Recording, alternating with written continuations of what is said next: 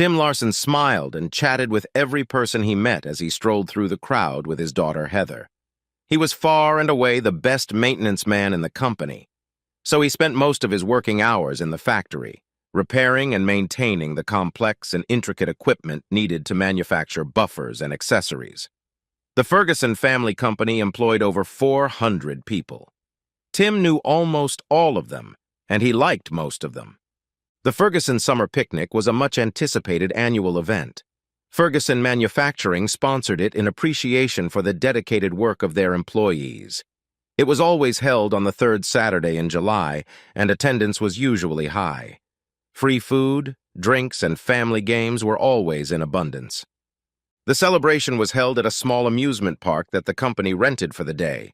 Children enjoyed rides, ice cream, sodas, games, a large pool, and even pony rides. Adults played volleyball, horseshoes, and badminton, and ate, drank, and swam in the large pool. "I apologize to you in advance, Heather," Tim said as he looked toward the small pavilion where Edgar Remington was holding a meeting. "You can go wait in the car if you want. A 15-year-old kid shouldn't have to hear or see what's about to be said and done." "I want to see it with my own eyes," Tim's daughter replied. "Mom will turn it around and make you the bad guy. I just need to make sure you see things the way they really are." "I admit that Mom has been hard to live with lately, but it's not easy to believe that she treated you so badly, especially so openly. I've heard all the words you're going to use. Do what you have to do." Tim nodded grimly, heading toward the pavilion. Heather separated from him and began to make her way to the rear of her mother. Edgar Remington was in the center of the pavilion. He gave a bombastic speech about increasing production and reducing costs. Tim made his way through the crowd and approached his wife. She was sitting next to Edgar and seemed to follow his every word. Tim noticed Mrs. Agnes Ferguson sitting off to the side, sipping a soft drink and watching. Her husband's father had founded the company 50 years ago. Her husband, William, had taken over the company 20 years ago, and during his leadership had nearly doubled production as well as the profitability of the company. Sadly, William Ferguson suffered a massive heart attack and died the previous winter at the age of 56. At the suggestion of his lawyers and business consultants, Agnes Ferguson appointed Edgar Remington as the company's chief operating officer. He had been a vice president at a Fortune 500 company and received excellent references. Tim began his career with Ferguson Buffers around the time William Ferguson took over the reins of the business from his father. When Tim started his career after only 2 weeks of high school graduation, over the years he had developed a great relationship with William Bill Ferguson and really missed Bill's steady hand at the helm. Tim nodded to Mrs. Ferguson before walking over to his wife, Mandy, and saying quietly, "Would you join me on the picnic for a bit? We could have a drink and play volleyball." "Larson, we're talking business here. Why don't you go have a beer and throw horseshoes with your friends from the floor?" Remington snapped back. Floor was the term used to describe the part of the company where the actual production work was done. People worked either in the office or on the floor. Those who worked in the office often treated those who worked on the floor as inferior employees. "We are not at work. This is a picnic, and I'm going to talk to my wife without your interference," Tim replied calmly, fighting himself not to respond more sharply. "I said we're doing business here," Remington repeated. "Tim, why don't you go play some of the games with your friends?" Mandy suggested, concerned that her husband was about to clash with their boss. "Edgar is discussing some business proposals that I'd like to hear." "Business proposals that don't include service personnel," Remington added with a harsh laugh. "You won't understand the theory behind my ideas." "Won't you come with me, Mandy? I won't ask again," Tim warned with a wince. "I'm staying here, Tim. Why don't you just go have fun with the other guys from the floor?" That was Mandy's cold reply. "Yeah, get out of here. We're having a good business discussion and we don't need people from the floor eavesdropping," Remington insisted with an obvious chuckle. "You really are a complete moron," Tim stated clearly, standing up, turning away from his wife and turning to face Remington. "The next good idea you get, and it will be your first. You're the rudest bastard I've ever had the misfortune to meet. You've really screwed this company up in record time. "What did you call me?" demanded a furious Remington. "Try to be more careful," Tim replied with a strained smile. "Asshole, rude, and bastard were my basic definitions. I can think of a few more if you have trouble understanding those terms. Some of those listening to this exchange took their breath away. Tim Larson just publicly called the company's COO names? You must be drunk," Remington objected, sensing that Tim Larson was in no mood to accept his crude authority. "I'll forgive you this time out of respect for Mandy, but you'd better leave before I change my mind." "I haven't had a drink yet tonight," Tim replied softly. "Now that that excuse is gone, why don't you change your wish and go with option number 2? "Do you want to get fired and kicked out of here?" Remington replied. "I can do that." "Actually, you can't," Tim objected. "Not if you don't want to and can't do it yourself. There's no security at this event, so you're on your own, you cowardly asshole. I'm sure everyone here would love to see you try to throw me out." "Tim, I'm coming with you." Mandy burst into the fray in a panic. "Please excuse Tim, Edgar. He hasn't been in a good mood lately. I think it's stress." "Stress from finding out he has to make half the payments on your new house?" Remington was teasing. "He'll have to work overtime and give up playing with his buddies to pay his share.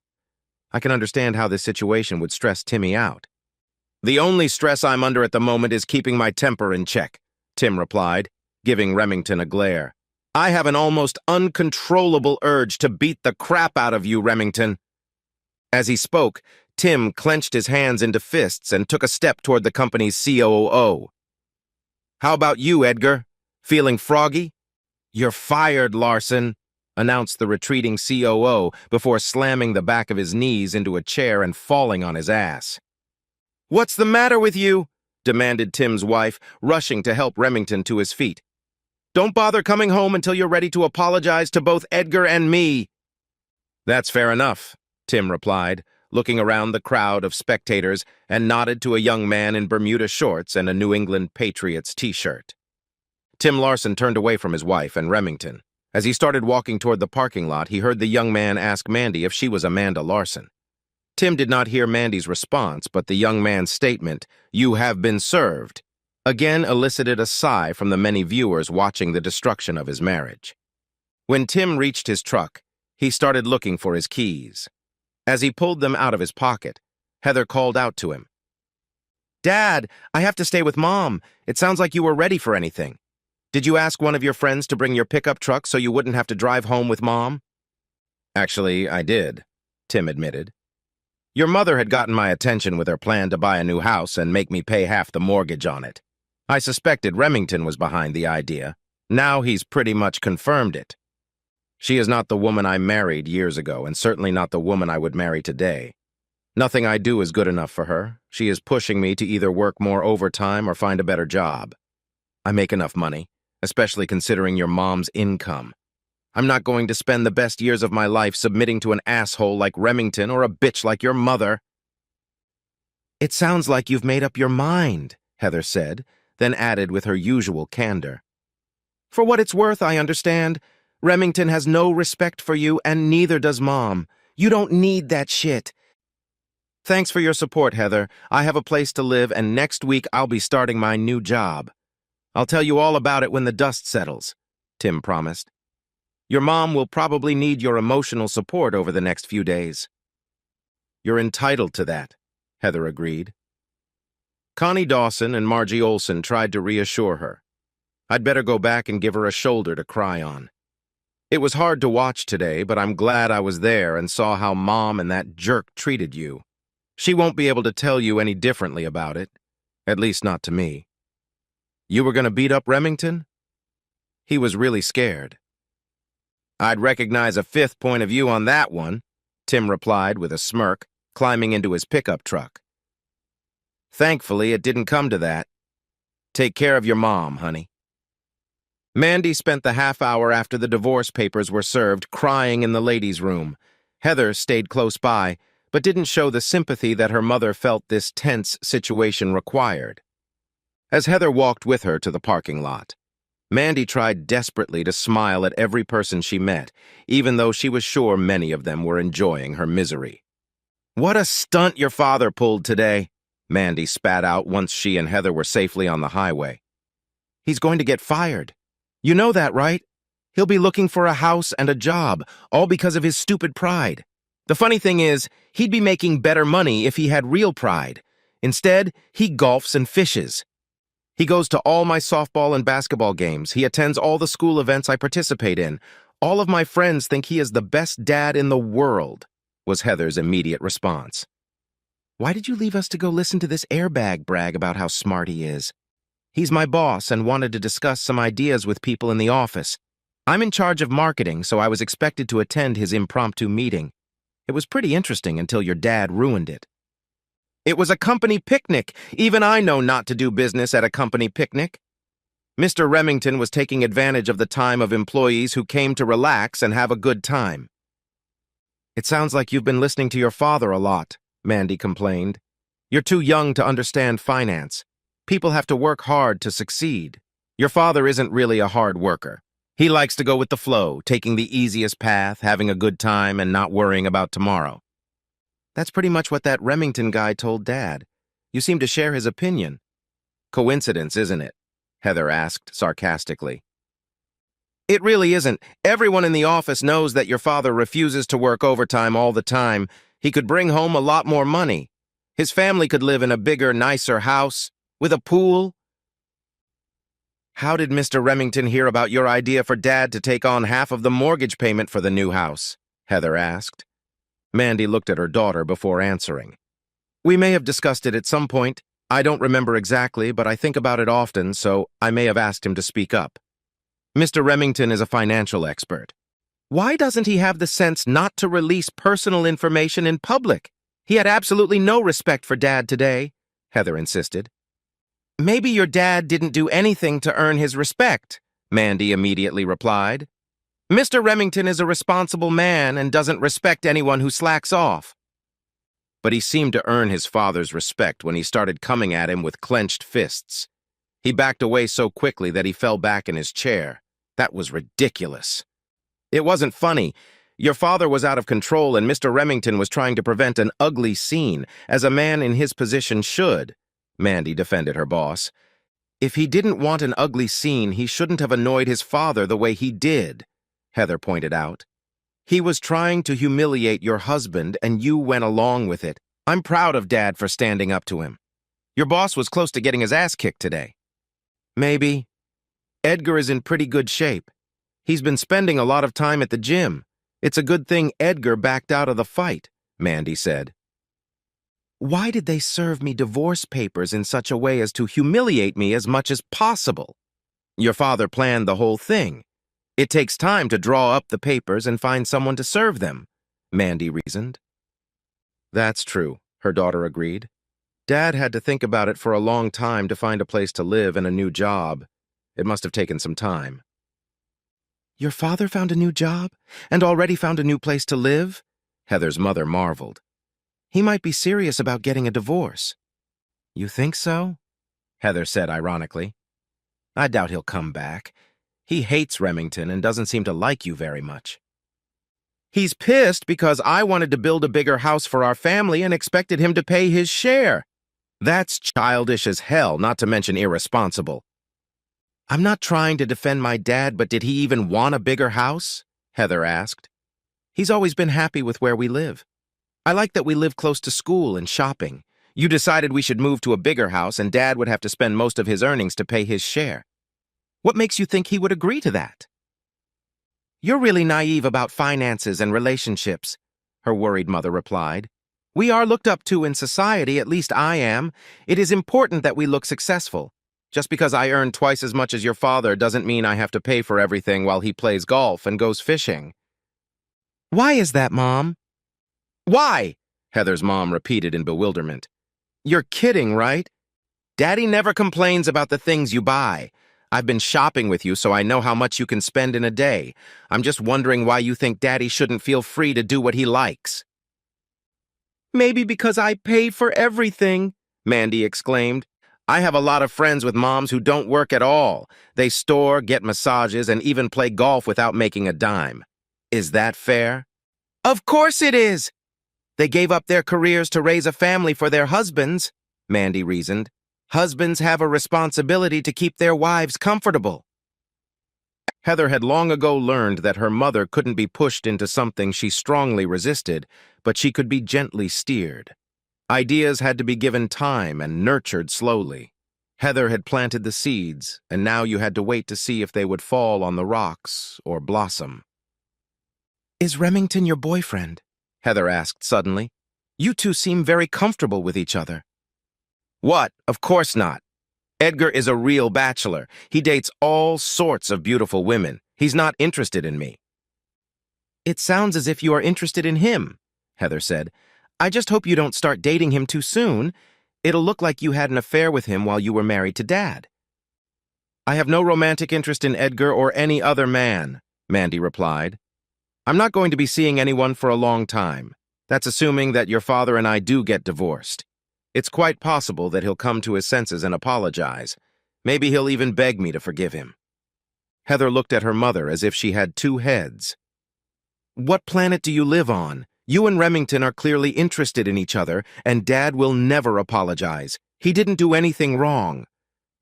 "Humiliating me in public is bloody wrong, in my opinion," Mandy snapped at him. "I don't see how you can defend him. All this drama must be embarrassing for you, too." "Yeah, that's right. Especially the part where you turned down your father's offer to go enjoy the festivities in order to stay and listen to Remington's ramblings. That was really embarrassing." Mandy turned into her driveway and noticed that Tim's garage door was open. He never had room in his garage for his pickup truck. It was always cluttered with tools and numerous toys. He kept his golf bag, 2 kayaks, camping and fishing gear, and lawnmower on his side of the garage, much to Mandy's dismay. The lawnmower and a few gardening tools were all that was left in the garage on Tim's side. It was even cleanly swept. Mother and daughter stopped to survey the scene. Tim's departure was now manifesting itself in the most obvious way. "I wonder how much furniture he took," was all Mandy said as she opened the door to the kitchen.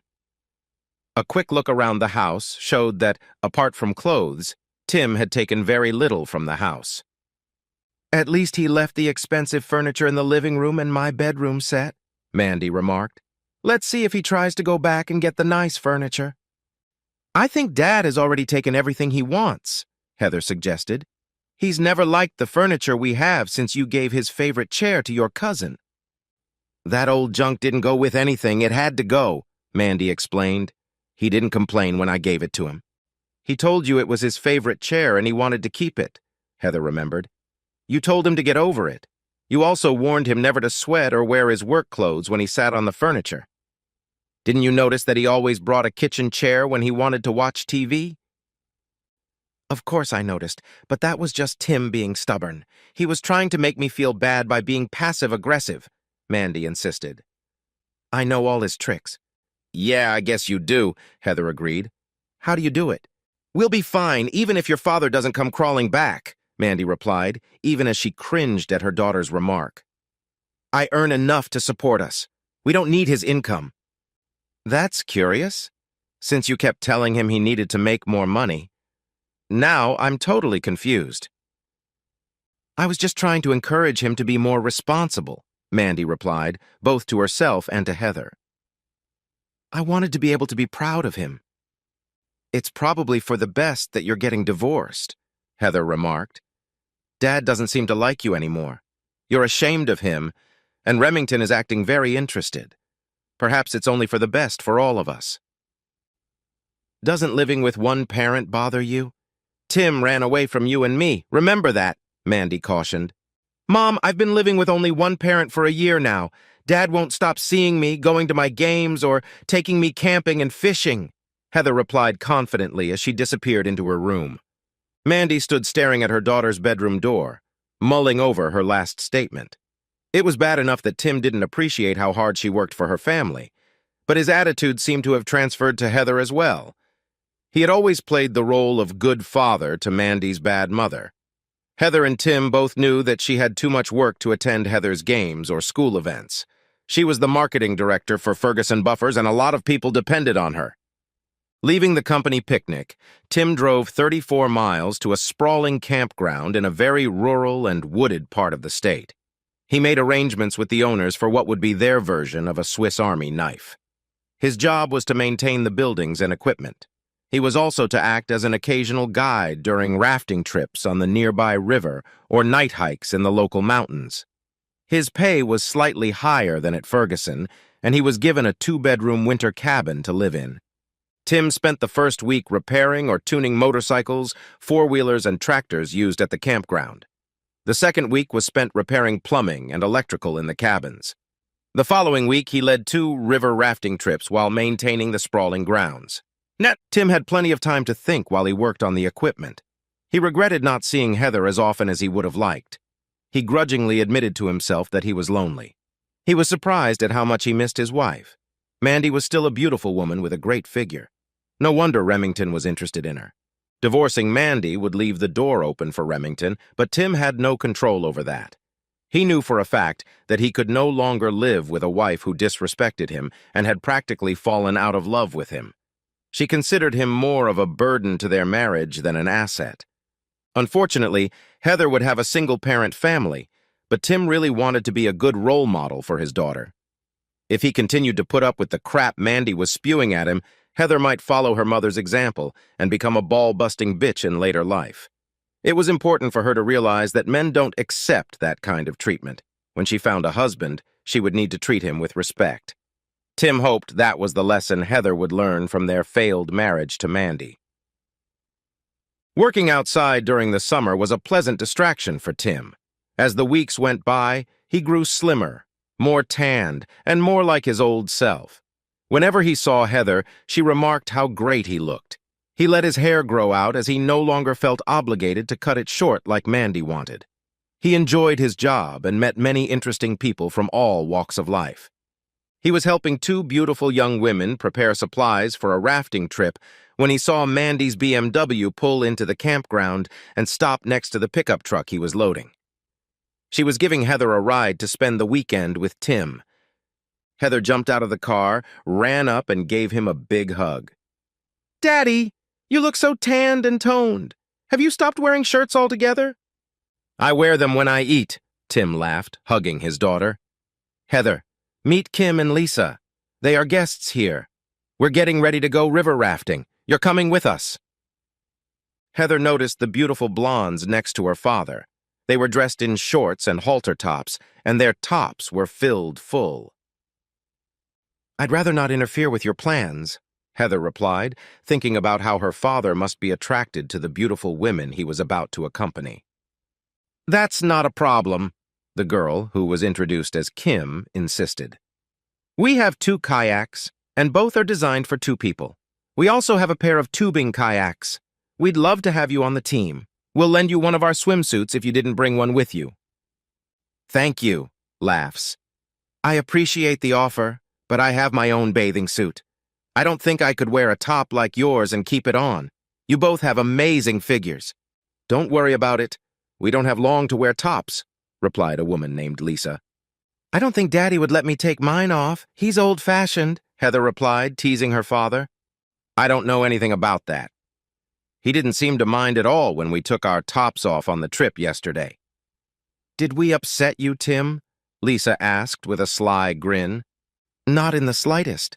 But Heather will have all her important body parts under control when she swims with us. She's only 15 and too young for that sort of thing," Tim replied with a smirk and winked at Lisa. "So you won't mind when I turn 18? Heather mocked him.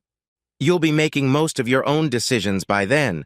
So I'd say if you're safe and your pictures aren't all over the internet, it's up to you," Tim replied seriously. "And her mother would have something to say about that," Mandy declared, stepping in front of Tim.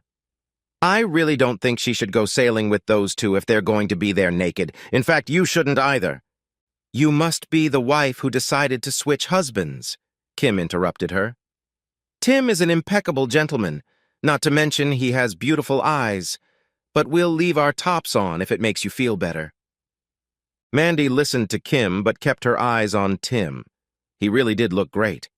His long hair gave him a boyish charm, and his tanned shoulders and chest were clear evidence that he was a man. Had he really changed that much, or had he always been so attractive?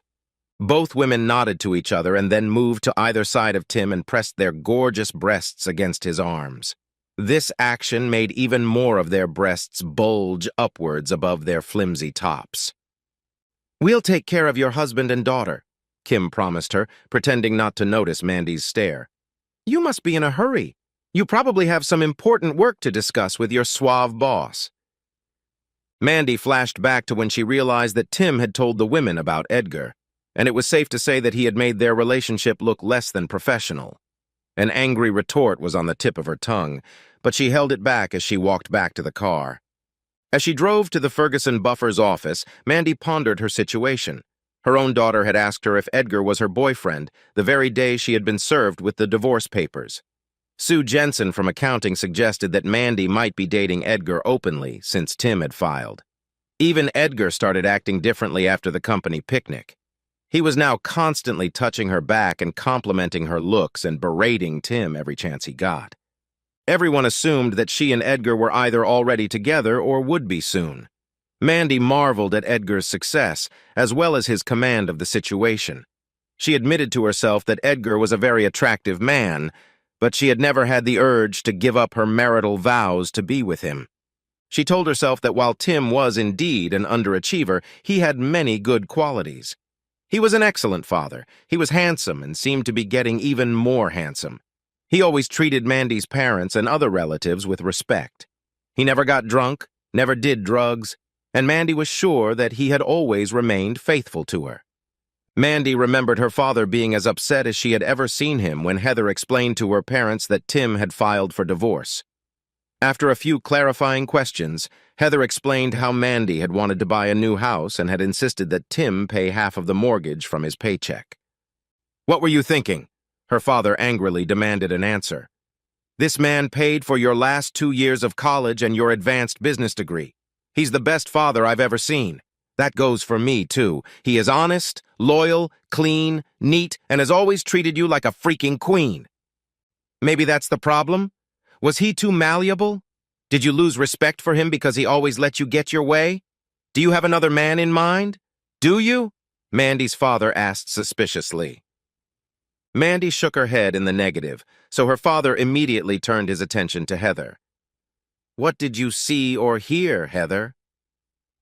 Dad thought Mom was overly impressed with the guy who was now running Ferguson Buffers. She was always talking about him, how smart and handsome he was. He calls Mom a lot. They have long conversations. "Yeah." Now that Heather brought it up, I noticed that you seem to be really into this guy. You mentioned him several times at our 4th of July meeting, Mandy's mother reminded her in a concerned tone. "Honey, have you been unfaithful?" her mother said before she burst into loud sobs.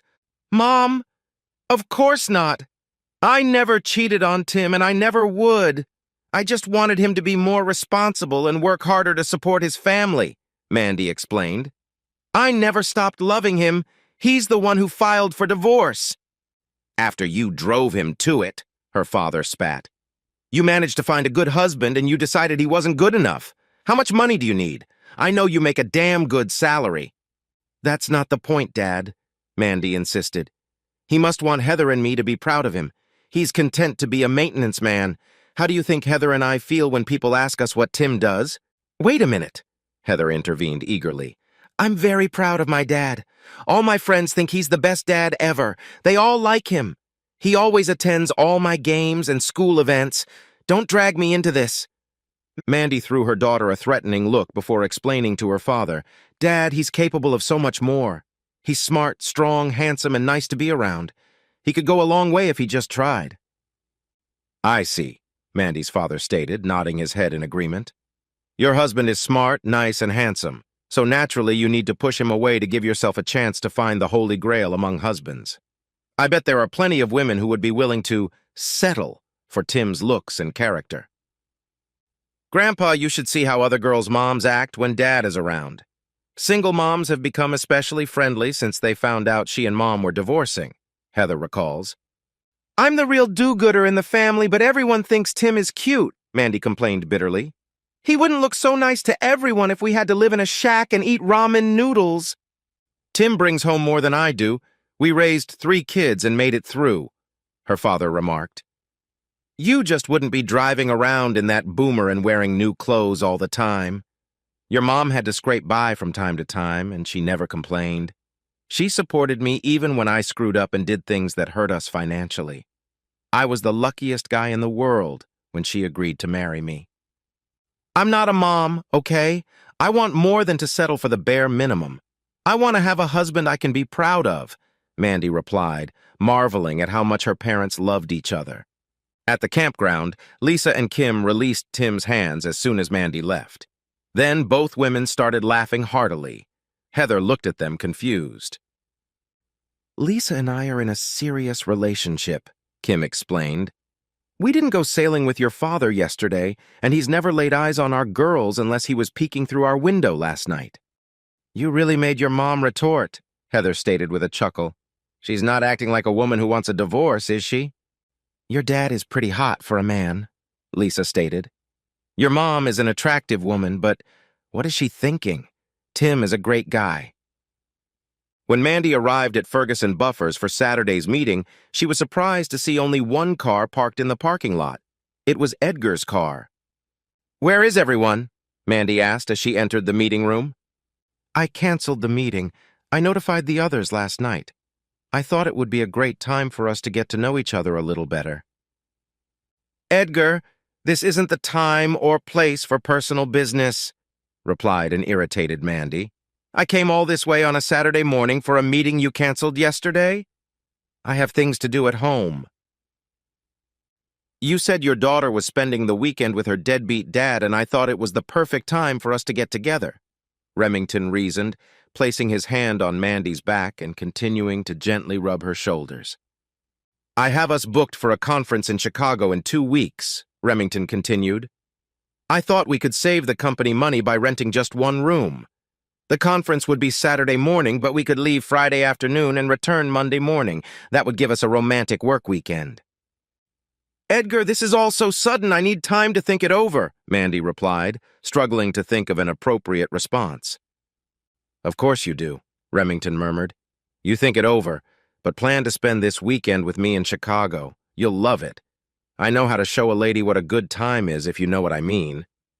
Mandy was almost in tears as she drove home. Her life was falling apart. Tim felt betrayed and disrespected, so he was divorcing her. Heather took the divorce too lightly. She hinted that she had only had one parent for a while, meaning Mandy was not a very good mother. Her parents were resentful of her attitude toward Tim. Everyone thought Tim was a good guy and a great husband. Edgar had just announced his intentions to sleep with her during a business trip scheduled in 2 weeks. Turns out Tim was right about him. He'd told her to keep Remington at a distance because he wanted to get in her panties. And Tim was having a lot of fun. He accompanied 2 incredibly sexy women on a river rafting trip where they took off their tops and displayed their big breasts in front of him. He could even sleep with both of them, and maybe even at the same time. Just the thought made Mandy sick to her stomach. If Tim could get over her so quickly, why couldn't she enjoy an affair with Edgar in Chicago? He was handsome and very successful. He was exactly the kind of man Mandy had envisioned as a husband. Then Mandy began to worry about what Heather would think when she found out her mother was involved with Remington, especially after all her denials. Things have gotten more complicated since Tim decided he'd rather get a divorce than be married to Mandy and live on her terms. Why couldn't he just make more money and support his family better? As the thought crossed her mind, Mandy remembered Heather questioning her about why she wanted Tim to work so hard when she made enough money to support her family. Mandy's own father had said that Tim was a good husband and the best father in the world. She didn't realize how highly Tim was regarded by her family. They didn't seem to care that he worked for the same company where she was the marketing director. Why couldn't they realize how awkward it all was? Tim brought Heather home on Sunday night. She walked through the door smiling and clearly pleased with her weekend. Seeing her daughter so happy made Mandy depressed again. Why does a daughter who adores her father upset her so much? Shouldn't Mandy be happy about their relationship? Is your father in too much of a hurry to get back to his big-breasted girlfriends to stop by for a few minutes? It wouldn't hurt if he talked to me once in a while, Mandy complained. We do have a daughter in common, don't we? Heather sensed her mother's mood and decided to hold her unhappy. Maybe she would start to realize how handsome Tim really was. Dad was really very impressed with Lisa and Kim. I know he didn't sleep with them last night because my bedroom door was open and I would have heard him leaving and coming back. He wouldn't dare bring them into the cabin while I was there. He knows how noisy you made love. I doubt that Kim and Lisa are the quiet and peaceful ones in bed. I didn't make any noises that could be heard, Mandy replied indignantly. Not in the last year or so, but when I was younger, you used to wail and moan quite loudly, Heather recalled. I didn't mind it. I thought it was really great that my mom and dad loved each other so much. Well, I'm sorry if we disturbed you, Mandy apologized. I didn't realize you could hear me. Mom! I didn't mind at all, really. Sarah was staying over one night and she heard you squealing. She thought it was great that my parents loved each other so much. Her parents are divorced. Lisa and Kim were a lot of fun. I really liked them. They treated me like a little sister and we really bonded, Heather admitted with a smile. Speaking of getting things off, did they at least keep their tops on? Mandy inquired. It's a pretty isolated section of the river, so no one saw them topless. They were covered when we docked, Heather replied, choosing her words carefully to make it seem like two beautiful women were topless in front of Tim. Over the next work week, the situation became even more confusing for Mandy. On Monday afternoon, one of the most profitable and productive machines on the floor stopped working properly. It was working, but the quality of the product it was producing was far below what was required. Agnes Ferguson never failed to attend the Wednesday afternoon management meeting. She turned over the day-to-day operations to Remington, but had too much business acumen to ignore the family business. She kept a close eye on the company's production and profits. After the maintenance supervisor made his report, Agnes began asking pointed questions. Why is it taking so long to get number 27 back in service, Steve? It's one of our most productive and profitable machines. I don't remember us ever having this kind of problem before. It's hard for us to pinpoint exactly what the problem is. The machine is running, but the quality of the output is not up to standard. 2 people have been working on it since Monday, the man replied. Is this something new? Something that has never happened before? Agnes asked, continuing her original question. Not exactly. It's one of our older machines, and it's known to do this once or twice a year, replied the service technician. I think I missed something in your explanation, Steve.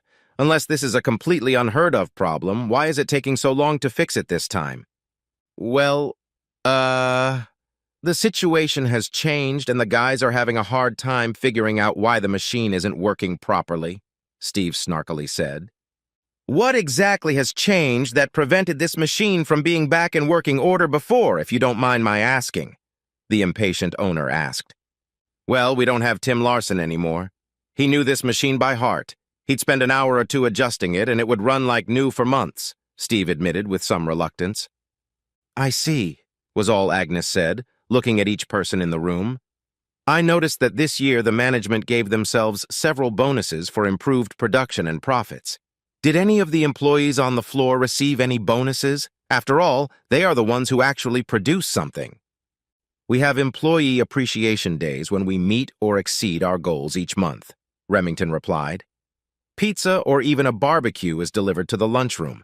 The employees really appreciate the gesture. Those in maintenance and production get a slice of pizza or ribs for meeting or exceeding company goals. Does management get generous checks?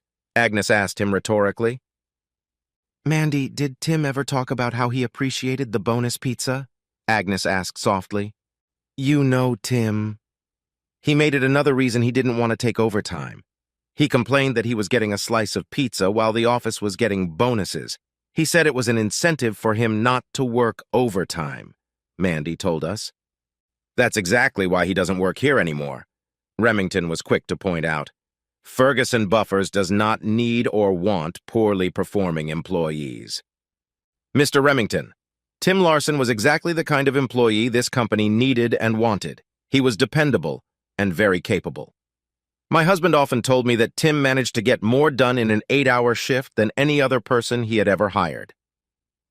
Underestimating Tim Larson's value to the company was a serious mistake. He was probably the most valuable employee we had.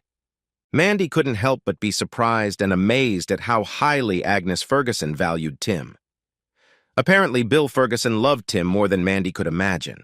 Had Tim somehow deceived her parents, the Fergusons, Heather, and most of the Ferguson Buffer's employees? The only possible explanation pointed to the fact that it was Mandy who was the very stupid woman. "Could you ask Tim to call me, Mandy?" Agnes Ferguson asked gently. "He must have changed his number. I can't get through to him." "Of course, Mrs. Ferguson," replied a surprised Mandy. "He has a new phone, but my daughter has his number. I'll ask her to ask him to call you." "Thank you, my dear," Agnes Ferguson replied kindly and looked at Edgar Remington. "I am sorry for your marital failings. I'm afraid our company may have contributed to the situation." "Not at all, Mrs. Ferguson. All our problems are Tim and I alone," Mandy assured her, pondering what Agnes Ferguson was implying. Tim was surprised when Heather told him that Mrs. Ferguson wanted him to call her, but he immediately dialed her number. He had a lot of respect for Agnes and her late husband, Bill. "Thanks for calling, Tim. I hope you like your new job. Remington tried to throw a wrench in your retirement papers, but everything was filled out, signed and turned into HR before your run-in at our picnic," Agnes reported. "That was a good idea on your part. I would have stepped in if it had been necessary, but your planning ahead made it unnecessary. I hate to ask, but I need a favor from you." "If I can do it, I will," Tim promised. "You and Bill have always been very good to me and my family. Can I hire you to do some consulting for our company? We're having problems with a few cars, and I've been given to understand that you're the best candidate to fix them." "You can't hire me, but I will come in tomorrow for a couple hours and see how I can help you," Tim replied kindly. "Thank you so much, Tim.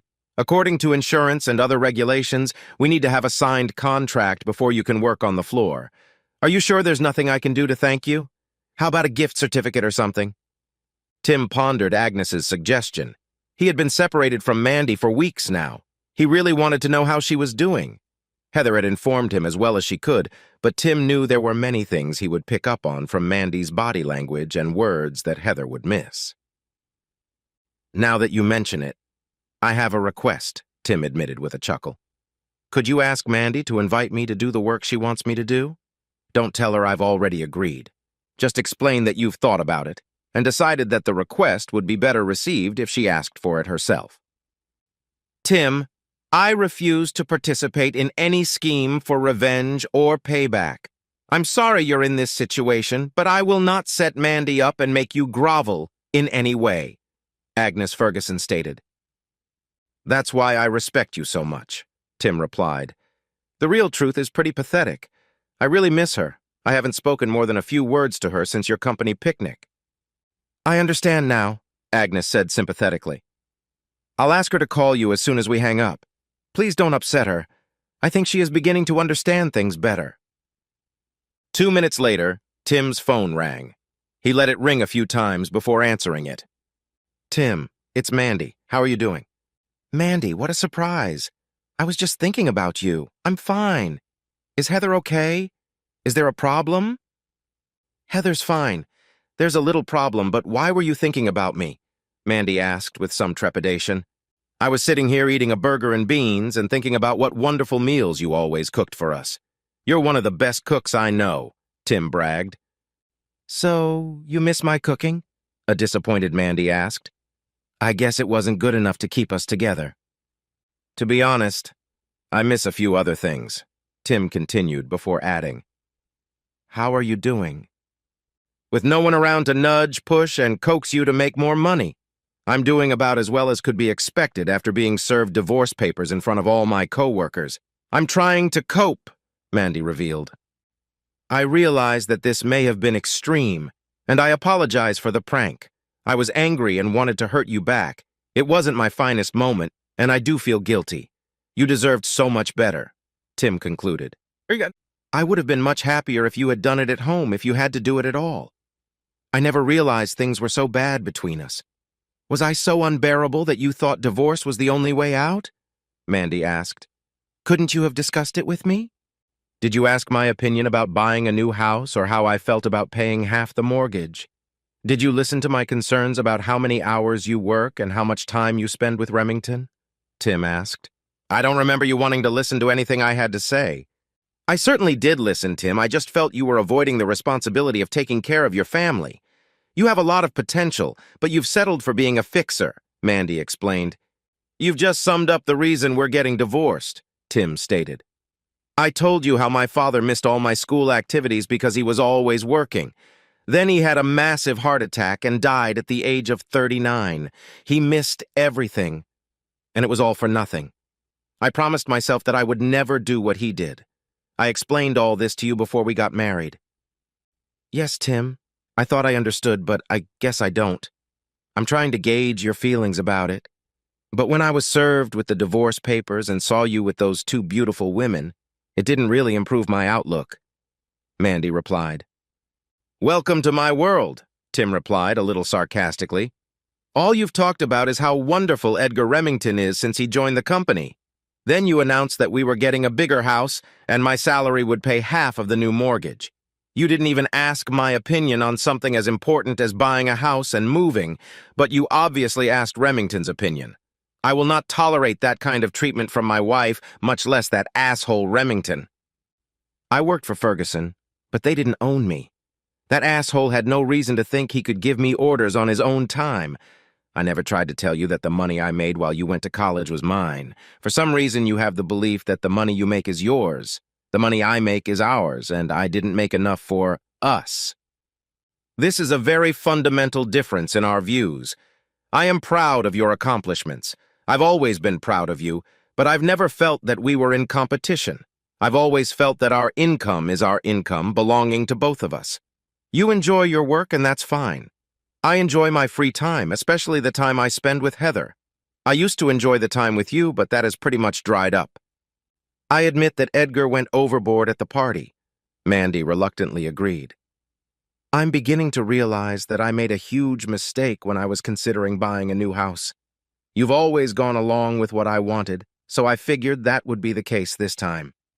Buying a house is not like deciding what color to paint your kitchen, Mandy. I always agreed with you on things that didn't really matter to me, but you kept overreacting. I stopped asking you to take off work and come to Heather's games. I stopped asking you to go fishing or golfing or camping. It became obvious that you were consumed with your career. I decided that if it made you happy and was so important to you, then I shouldn't stand in your way. You didn't give me the same courtesy. You started pestering and complaining about my job and my income. I wished you were more like me, but I realized that wasn't what you wanted and left it at that. You demanded that I be like you and my father by working longer and harder. We were already making very good money. Working harder is not what I want. I'm not going to give up what I think is important in life to please you, especially when you're hardly ever satisfied anyway, Tim added. Wow, Tim, I didn't realize you thought I was so grumpy. I truly believed it was what was best for our family. I never felt any personal attraction to Edgar other than admiration for his leadership skills. You had no reason to think I would ever be unfaithful to you. Did I? Then I badly misread the signs because I thought you were interested in him. Some people at Ferguson asked me how I could even be in the same building as Remington when that dog was sniffing around my wife. I laughed it off and told everyone I had faith in my wife, but somewhere along the way my faith started to fade, Tim admitted. I'll tell you something else, Tim added. Remington is seriously letting Ferguson down. He doesn't plan ahead. He's blowing equipment to the wind for short-term results. Perhaps he plans to leave for a more lucrative job in a few months after he improves his resume.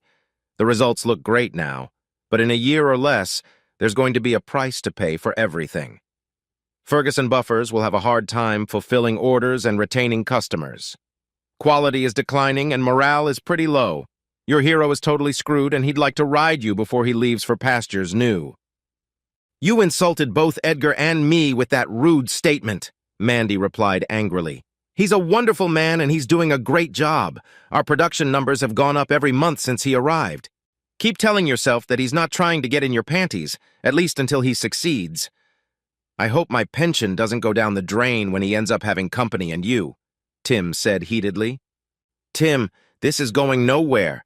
I called because Agnes Ferguson asked me to get in touch with you. She'd appreciate it if you'd come in and take a look at one of the production machines. The repairmen can't seem to get it to work properly. Arguing before asking for a favor is counterproductive, to say the least. Will you do it for Agnes? I'll do it, but not for Agnes. It will be for you, Tim replied. I know that the success of the company means a lot to you. I'll come tomorrow morning. I'm going to play tennis with Heather tomorrow afternoon, so I'll be gone by 3. Who would have thought I'd like tennis? If it's a sport or some kind of game, you'll like it, Mandy replied, smiling as she pictured Tim playing tennis. You really looked fit and tanned when I dropped Heather off the other day. Looks like it's working out for you. You looked pretty hot yourself, Tim agreed. Did you get a boob job? They look bigger than usual. So did you look? I'm surprised you even noticed my breasts after seeing those 2 gorgeous blondes. To answer your question, I have lost weight, mostly in my stomach area, so my breasts look bigger. I haven't had much of an appetite lately, Mandy admitted. Don't lose it again, Tim cautioned. You really do look beautiful now. Thanks, Tim. I appreciate you noticing and being thoughtful enough to mention it. I'll see you tomorrow on the floor. Thanks for your help. Agnes will be very happy to hear about it. Okay. See you then. Make sure she knows I'm doing this as a favor for you, Tim insisted before cutting the call short. The next morning, Tim returned to his old haunt on the floor at Ferguson's Buffers. He was explaining to Agnes that he had fixed the problems with the 27 car. You mean these people were with you when you were setting this machine up? But they still don't know how to make it work right, Agnes Ferguson asked, as she and Tim watched the 27 run like new. Listen to the way it purrs. It's amazing. In their defense, it's not something I can explain or teach, Tim replied. I listen and observe the machine, making adjustments until it sounds and looks right. They need to learn to listen to what the machine is telling them. This seems to be the stumbling block for most repairmen. You were able to fix the problem in less than 2 hours. We've had it for days with no results, said Agnes. We really miss you here. Ferguson has always been a great place to work. You and Bill have always been good to me. I know how refusing overtime has pissed Bill off a few times, but I have to live with myself and my actions. Watching my father work his whole life was a lesson I will never forget. I admire you for being able to set priorities and stick to them, Agnes replied. You always worked hard when you were here and never took advantage of Bill's friendship. If we could have sons, I would want them to be like you. After a while, Agnes decided to visit Mandy in her office. She managed to hide her annoyance when she saw Remington sitting on the corner of Mandy's desk. Tim has made some adjustments to the 27 and it's working better than ever, Agnes praised. It took him less than 2 hours to get it back in service, even after other people messed it up even more instead of fixing it. He told me he only came because you asked him to. Too bad he quit and left Mandy unsupported when she asked him to carry his share home, Remington grinned. Tim asked Agnes to tell Mandy that he was only there because she'd asked him, even though Tim had already promised Agnes that he'd stop by. Agnes went along with it because she was sure he still loved his wife. If she could help smooth their rift, she would. Remington's comment struck her as petty and demeaning. She had been watching the man more closely since Tim had expressed his opinion at the company picnic. As usual, Tim's assessment turned out to be quite accurate. Your interest in Larson's personal life is unprofessional. It borders on harassment. It's inappropriate, and personally, I find it disgusting. Why Mandy tolerates your derogatory comments about her husband, I don't understand. Don't make the mistake of saying something like that in my presence again, Agnes said before leaving the room. I seem to have hit a nerve, Remington remarked. She likes that loser, and she's the boss. I better get back to work. As soon as Edgar left her office, Mandy thought about how Agnes Ferguson had stood up for Tim and she'd kept quiet. Why had the owner of the company been so quick to stand up for Tim while his own wife had meekly allowed herself to be disrespected? There was a day when she would have pounced on anyone who humiliated Tim. Remington constantly put Tim down, and she not only accepted it but acquiesced to it. The possibility that Tim had reason to be upset crossed her mind, and not for the first time. The following Wednesday at the managers' meeting, things began to heat up. Steve, the maintenance supervisor, reported that the 27 is back up and running very well. There had been an increase in minor problems with other production machines, but his staff had been able to keep downtime to a minimum. Edgar Remington then spoke. There is a conference in Chicago this weekend. Mandy and I are flying out and attending it. I think it will be good for cutting costs and expanding our sales. I'm sorry, Mr. Remington. I thought I explained to you that I would not be attending this conference. Mandy interrupted. It must have slipped my mind. I already have plans for the weekend. You do? Remington asked in surprise. It's a wonderful opportunity. It may never come again. I can assure you that I'm not interested in the opportunity you described to me in such glowing terms, Mandy replied. Good, snorted Remington. I would have thought that our company's marketing director would be more interested in improving our bottom line, but I can handle that myself. In fact, I'm very concerned about our bottom line. I'd like to ask Steve a few questions, if I may, Mandy asked, addressing her question to Agnes Ferguson. After her nod, Mandy turned her attention to the head of maintenance. Has there been any scheduled maintenance on our vehicles over the last few months? Are you following the established schedule for the machines on the floor? Well, not completely, Steve replied nervously. We skipped a few since everything was working so well and there were no problems. By not stopping the machine for a shift every month, we have increased production. That's what we strive for, isn't it? Why did you make a maintenance schedule if it wasn't important? Agnes asked, immediately recognizing Mandy's concern. Tim Larson persuaded your husband to agree to it years ago, and we've always followed it, Steve replied. What happened that made you change this procedure? Mandy asked. Mr. Remington told me to skip every other scheduled maintenance stop to increase productivity, replied Steve. That worked too, Remington intervened. Look at our numbers. They don't lie. Steve, didn't number 14 go out of service yesterday afternoon? What happened and how long will it be idle? Mandy persisted. The bearings on the big roller had blown. By the time the operator noticed it, the roller was ruined. We ordered a new one. It should be delivered in a week or less. We should be able to install it and reassemble the machine in one shift, Steve predicted. Agnes Ferguson raised her eyebrows upon hearing this information and nodded her thanks to Mandy. Steve, you will go back to the maintenance schedule that my husband and Tim developed, and you will adhere to it strictly. Do you understand? Not long after the meeting ended, Edgar Remington burst into Mandy's office and slammed the door shut. What the fuck kind of stunt was that today? You never told me you weren't going to Chicago this weekend. That maintenance schedule bullshit made me look like a fucking idiot. No, Mr. Remington, I was a fucking idiot, but I'm getting smarter. I hope it's not too late. Now get your ass out of my office, demanded Mandy.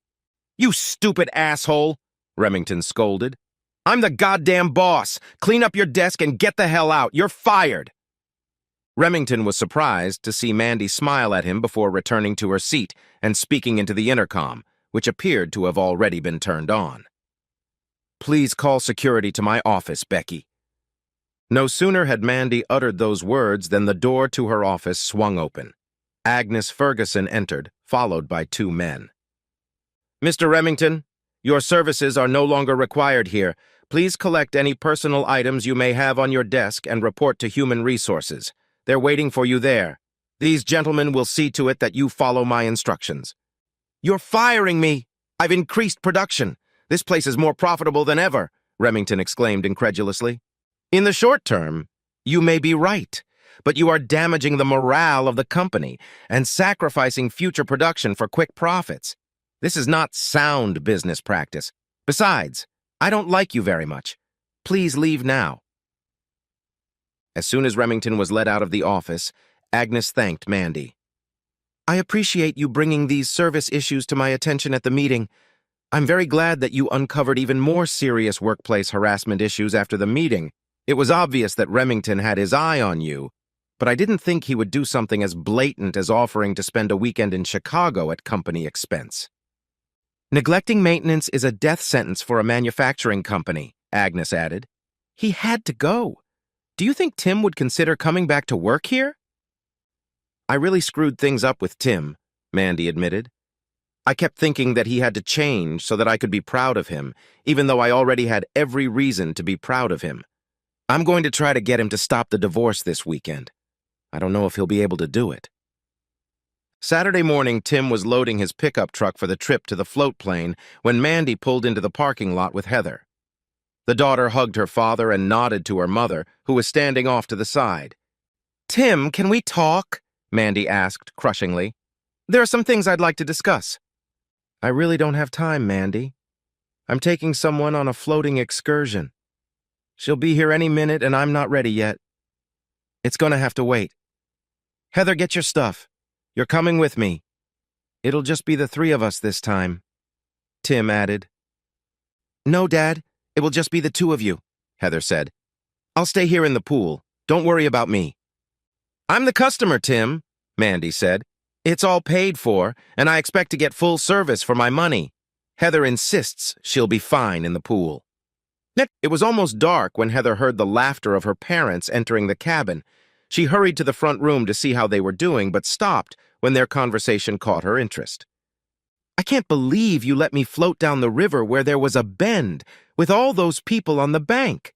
There was a boat launching area and all kinds of people there. You should have known they would see me," Mandy insisted. "Hey, I didn't ask you to take your bikini top off at all. I didn't even know you still had a bikini top," Tim replied. "You looked really sexy when you smiled and waved at those guys standing there with their jaws sagging to their knees. You really are a beautiful woman." How did those two blondes manage to keep their big breasts from being seen by every guy within a 100-mile radius when they went down the river with you? Mandy asked. "I thought the river was pretty deserted. They kept people from seeing their grandiose busts by just covering them up, albeit somewhat inadequately," replied Tim with a smirk. "What makes you think no one will see you? This river is pretty busy this time of year." "Heather!" Mandy called out. "Where are you?" "I was just taking a nap, Mom." Somehow I get the impression that my humble and very successful mom paddled down the river in a canoe with a bare bust, and she was also seen by a lot of people. That's pretty embarrassing for me. What happens when I go back to school and my friends ask me about my mom showing her boobs to the world? "How could you do that to me, Mom?" Mandy asked, struggling to keep her face straight. "You were the one who told me that those two big-breasted blondes went topless down the river in front of Tim, young lady. You said it was—" "Why did you lie to me?" Mandy demanded an answer. "I only told you that no one had seen them topless, and it was a very isolated part of the river, as I recall," Heather replied with a smirk. "And that was the truth. Why didn't you tell me you had an uncontrollable urge to show off your breasts to Dad? What were you even thinking?" "I hope you respect Dad enough to realize that he needs more than your bare breasts to make him forget all the bad things you said to him. Right, Dad?" "I have no idea what you're talking about," Tim said, looking puzzled. "I don't remember anything except going down the river." "Oh, Dad, are you so shallow, so pathetic, so easily charmed by your mother's breasts that you can't think for yourself?" Heather teased him. "No, my mind is finally clear. Here's a 20, Tim replied, holding out the money to Heather. "I think you should go get a hamburger and fries at that place across the highway. I also think your mom and I need to get some rest and go to bed early." The next morning, Heather was sitting at the kitchen table when Mandy came out of Tim's bedroom wearing one of his shirts. She stopped when she saw her daughter looking at her. "What?" was all Mandy said. Heather continued to stare until Mandy finally broke down. "Okay, I made a little noise. There's nothing I can do about it. It's your father's fault." "Oh, Mom!" Heather exclaimed, throwing herself into her mother's arms. "Does this mean you and Daddy are back together?" "It means that we will be if we work on keeping our promises. I won't tell your dad about his job or that we need a bigger house anymore. I will work on showing him how proud I am of him. He will make an effort to dress well and accompany me to corporate events and social gatherings, looking absolutely beautiful so that everyone will envy me. We will spend more time together and with you." "I was wrong to be so stubborn about so many things," Tim added as he entered the room. "If wearing a suit and tie once in a while will make your mom proud to be seen with me, I'll do it. She promised I wouldn't regret it." "That's too much information, Daddy," Heather exclaimed. I had to listen to her meowing and yelping all night. I think I might be morally scarred for life." "Well, you better get used to it or wear earplugs," suggested Tim. "I'm going to go back to my old job and ask Agnes for a raise. Your mom seems to think I'll get one, and it's quite likely that her screams will continue. In fact, they might even intensify."